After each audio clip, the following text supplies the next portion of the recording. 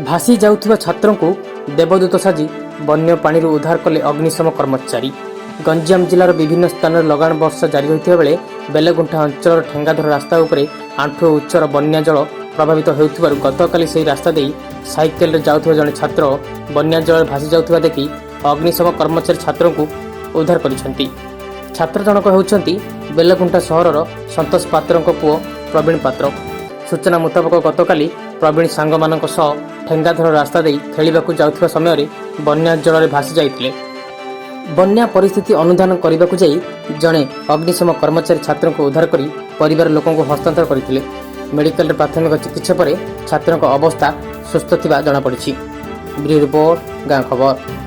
प्रवीण कुमार पात्र बेलगुंठा मु रोड रे जाऊली साइकेल रे रोडटा जानी पारे पानी सुह भरसा तेणु पड़गली पड़े भाषिला फायर स्टेशन वाला आसिले बचाइले। अन्य माने थिले गोटे 100 मीटर जाइथिबी आज से बंचेबार धन्यवाद।